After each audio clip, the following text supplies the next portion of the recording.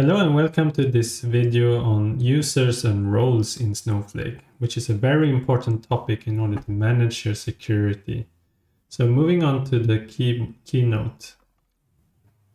So we'll collaborate and manage security with users and roles in Snowflake. So the hierarchy of Snowflake objects, we have the organization, and then we have the account, and we have these other objects. We have warehouse, database, role, users, and other account objects. And then we go on to database role and schemas, and there's a lot of a lot of objects under the schemas.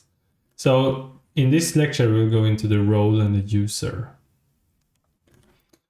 So in the access control in Snowflake, it works in this way. We have discretionary access control, where each object has an owner. An owner can grant privilege to access the object which it owns. And also we have RBAC, so we have role-based access control in Snowflake. So the access privileges, they're assigned to roles. And roles are in turn assigned to other roles and users. So you have a role hierarchy in Snowflake in order to gain more access privileges. So example of access control, we have a role 1. It owns an object. Object 1 warehouse, which could be a warehouse, a virtual warehouse. It has certain privileges on this warehouse, and it may own a database as well, and it has privileges there. It can grant this privilege to another role. You can grant it to other roles. You can also grant a role to another role. And the role can be granted to a user. So we can grant it to user 1, user 2. And this other database, this other object, the database, the privileges can be granted to another role. And these roles can also be granted further to either a user or a role. So in this case, user 2 has several. So here, let's see.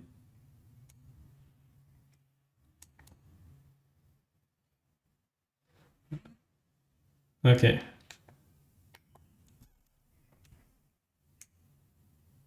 Oh, right. Now it works. I'll go back here. This one. Yes. So here, user 2 has both the role of 2 and the role of 3.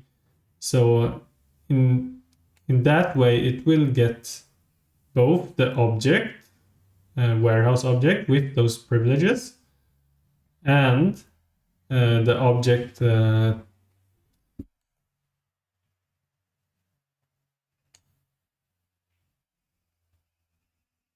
it cannot see actually. Sorry for that.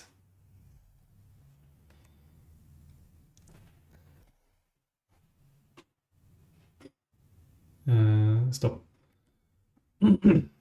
Okay, so privileges are inherited.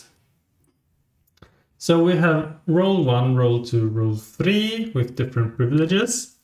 So if you have user 1, and we grant the role to user 1, grant role 1, then user 1 only have privilege 1 right now. But if you grant role 2 to role 1, now the user 1 also has privilege 1 and 2. And similarly here, now the user 1 has privileges 1, 2, and 3. So the privileges are inherited. And another important topic is the system-defined roles. So here, in order to give the right access and the right privileges, we need to use the right roles to do that. So starting, we have a org admin, which is the organization admin, and it manages operations in organizational level.